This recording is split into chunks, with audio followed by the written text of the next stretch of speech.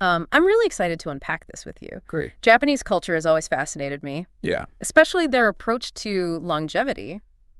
It's interesting you say secret because Ikigai isn't really a secret formula. Oh. It's more of a philosophy woven into their daily lives. Oh, I like that. Yeah. More like a mindset than a checklist. Uh-huh. So how would you explain Ikigai to someone hearing about it for the first time? The simplest translation is the happiness of always being busy.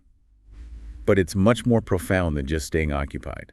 It's about finding that sweet spot where your passions, skills, what you're good at, and yes, what you can be paid for, all come together. So it's not just about finding a job you love, but about finding purpose in all areas of life. Exactly. It's about waking up each morning with a sense of purpose, a reason to get out of bed and embrace the day. The authors of the video you shared, Hector Garcia and Frances Morales, Okay. have done a fantastic job in introducing this concept to the West. That makes sense. And the video mentions Okinawa, right? Right. This island in Japan is a blue zone, Uh-huh. famous for having the highest concentration of centenarians in the world. Absolutely. There's even a village in Okinawa called Ogimi, nicknamed the Village of Longevity. Wow. Ikigai is considered a key factor in their long lives, along with diet, community, and lifestyle. So it's like a multifaceted approach to living a long and fulfilling life. Yes. Ikigai provides the purpose, but they also have these healthy habits and social structures supporting them. Precisely. Let's delve into their diet. Okay. Okinawans have a really unique way of eating that contributes to their longevity. I'm all ears. What are they eating that's keeping them so vibrant well into their hundreds? Well, first, they don't overeat. They practice harahachibu, Harahachibu. eating until they're 80% full, Okay. which prevents them from consuming more calories than their bodies need. That's so interesting. I've definitely been guilty of eating past the point of fullness. Uh-huh. Do they have any specific foods they eat a lot? They eat a wide variety of foods with a strong emphasis on vegetables. Mm-hmm. For example, they eat a lot of tofu, which is a great source of protein, Okay. and sweet potatoes, Uh-huh. which are packed with antioxidants that help protect their cells. Speaking of antioxidants, the shikawasa fruit also came up in the video. Yes. It's a citrus fruit unique to Okinawa, right? Yes. It's packed with vitamin C and antioxidants, Wow. playing a significant role in their overall health. They also eat a good amount of fish about 3 times a week, Okay. which provides those heart-healthy omega-3 fatty acids. So it's a balanced and colorful diet focused on whole foods and mindful portions. Exactly. It's not about restriction, but about nourishing your body with the nutrients it needs to thrive. Now, besides diet, the video also touched on the importance of community in Okinawa. Yeah. They have these moai, right? Yes. Sort of like built-in support systems. Yes. Moai are informal social groups that provide a sense of belonging and support. These groups often meet regularly, share meals, and help each other out financially and emotionally. That's incredible. Having a strong social network is so important for overall well-being. It's not just about taking care of your physical health, Right. but also your mental and emotional health. Absolutely. And Okinawans seem to have mastered the art of cultivating meaningful connections. They understand that we're social creatures who thrive in community. So we've got diet and community, but I'm also curious about their mindset. The video mentioned that Okinawan centenarians tend to have a positive outlook on life.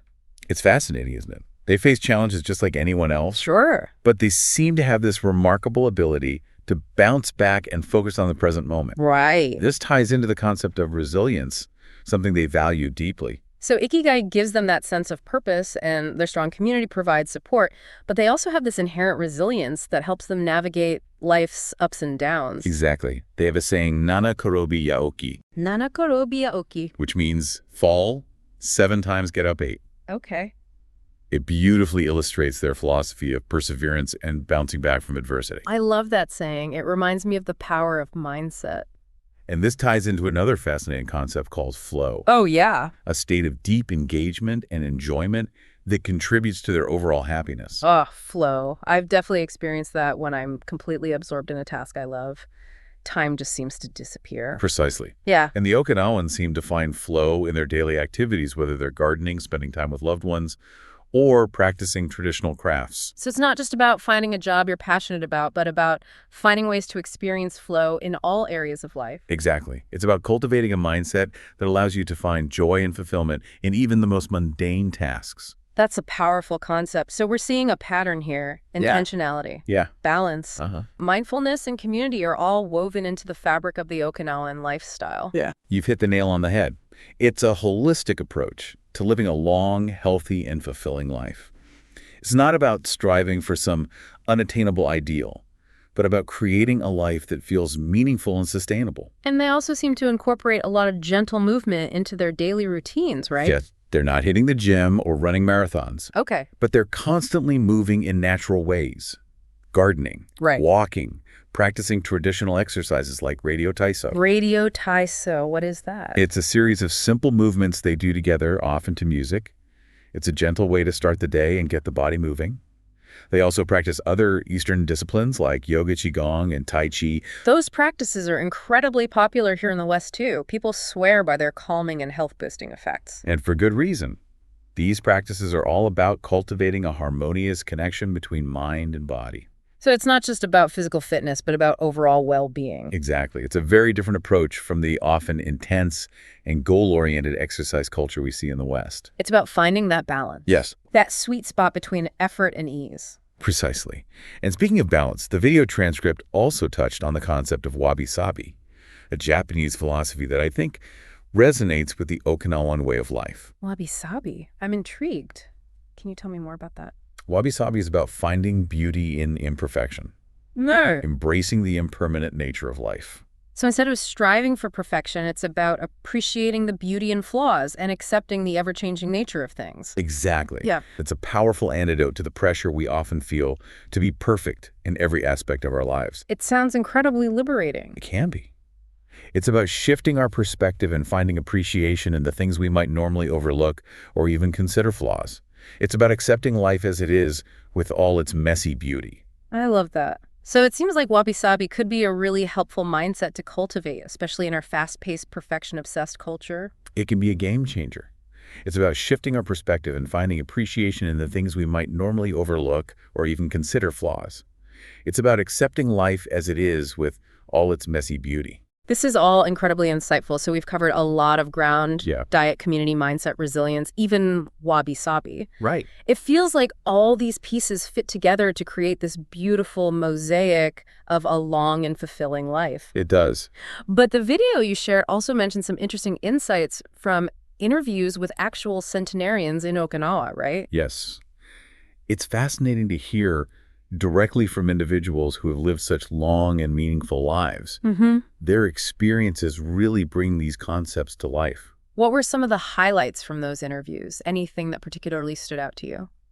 One recurring theme was their deep connection to nature. Many of them talk about the joy they find in gardening, tending to their plants, and simply being outdoors. That resonates with what we were saying about wabi-sabi finding beauty in the natural world, even in its imperfections. It seems like a lot of the centenarians found purpose and joy in their connection to nature. Absolutely. And many of them don't really have a concept of retirement as we understand it.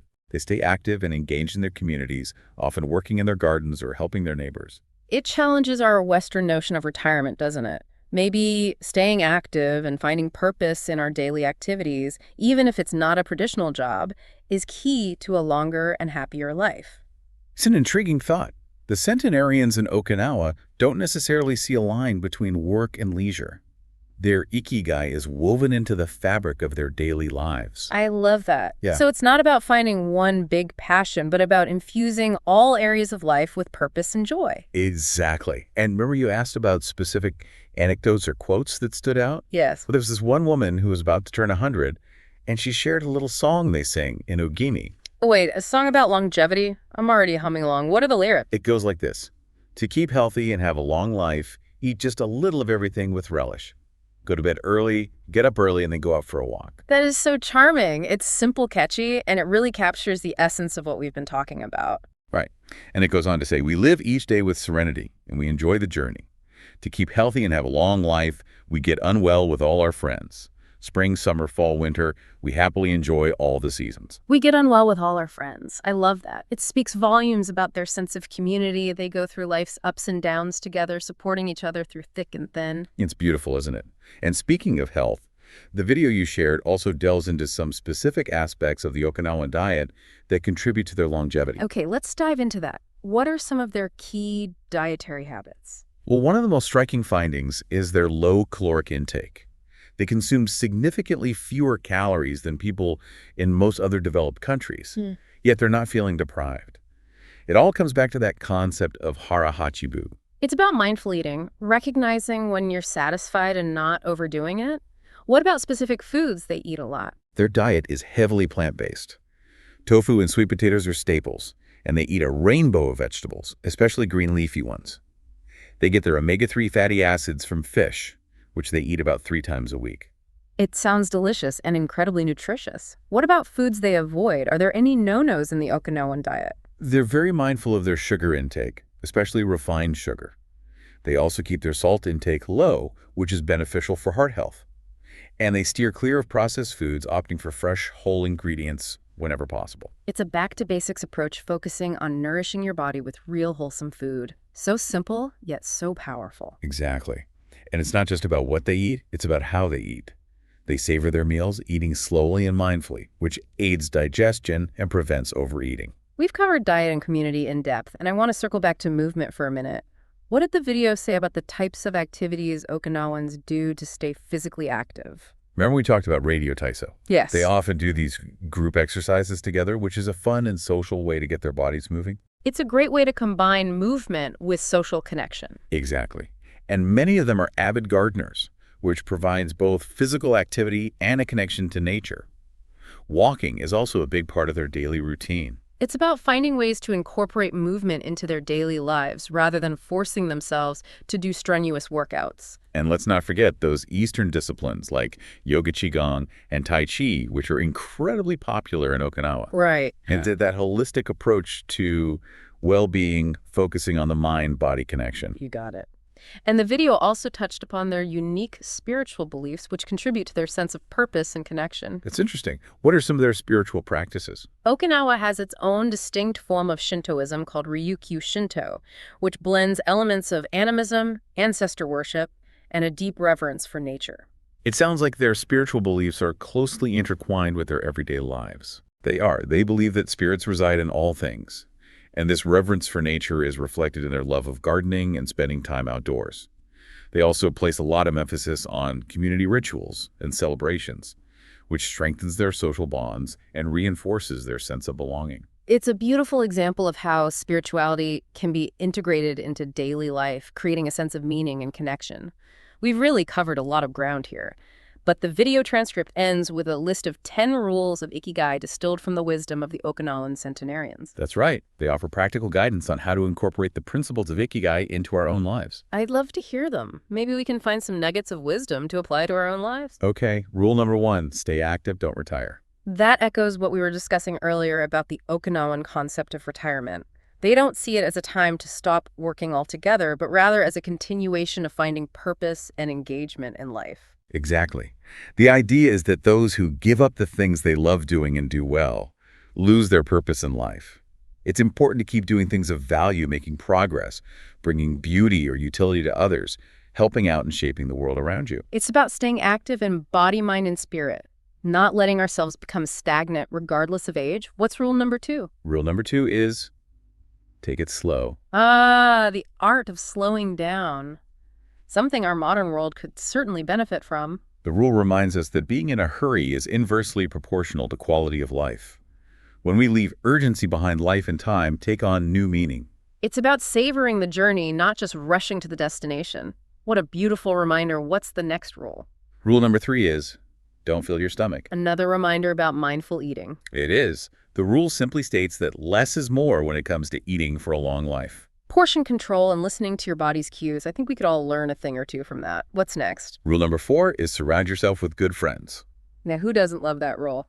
Good friends are such a gift. They are essential for a long and happy life. The rule states that friends are the best medicine. They're there to share worries, stories, advice, fun, and dreams. It's a reminder that we're social creatures who thrive on connection. Having a strong support system makes all the difference. What's rule number 5? Rule number 5 is get in shape for your next birthday. Okay, that's a really positive way of framing exercise. It's not about punishment, but about taking care of ourselves so we can fully enjoy each year. Exactly. The rule reminds us that the body is a vessel that needs care to run smoothly for a long time. It's about appreciating our bodies and treating them with respect. What's the next rule? Rule number 6, smile. Smiling. It's such a simple act, yet it can have a profound impact. It's contagious, too. The rule reminds us that a cheerful attitude is relaxing and helps us make new friends. We should never forget what a privilege it is to be alive in a world full of possibilities. It's about choosing joy and gratitude. What a wonderful reminder. What's rule number 7? Rule number 7 is reconnect with nature. Ah, that essential connection to nature that we were talking about earlier. It's something many of us have lost touch with in our modern lives. The rule acknowledges that even though most of us live in cities, we are inherently part of the natural world. We should return to it often to recharge our batteries. It's about grounding ourselves in the rhythms of nature. What a beautiful concept. What's next on the list? Rule number 8 is give thanks. Gratitude. Such a powerful practice for cultivating happiness and contentment. It is.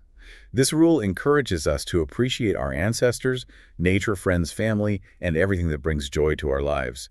If we spend a moment every day giving thanks, we'll watch our happiness grow. It's about shifting our focus to what we have rather than what we lack. What a wonderful practice. What's rule number 9? Rule number 9 is live in the moment. The art of mindfulness, being present in the here and now. The rule reminds us to let go of regrets from the past and worries about the future.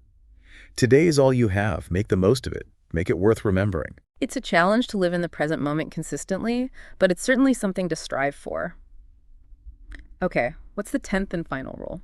Rule number 10 is follow your Ikigai. That brings us full circle. It's the heart of this entire philosophy, isn't it? It is. The rule reminds us that each of us has a unique passion and talent that can give meaning to our days and drive us to share the best of ourselves with the world. If you haven't discovered your Ikigai yet, Right. your mission is to find it. What a powerful call to action, to go out there and find what lights us up, what makes us feel truly alive. Exactly, and to pursue it with all your heart. Wow, what an incredible deep dive into Ikigai this has been. We've explored its history and philosophy and practical applications, and we've even learned from the wisdom of Okinawan centenarians. Yeah. It's been truly inspiring. I agree.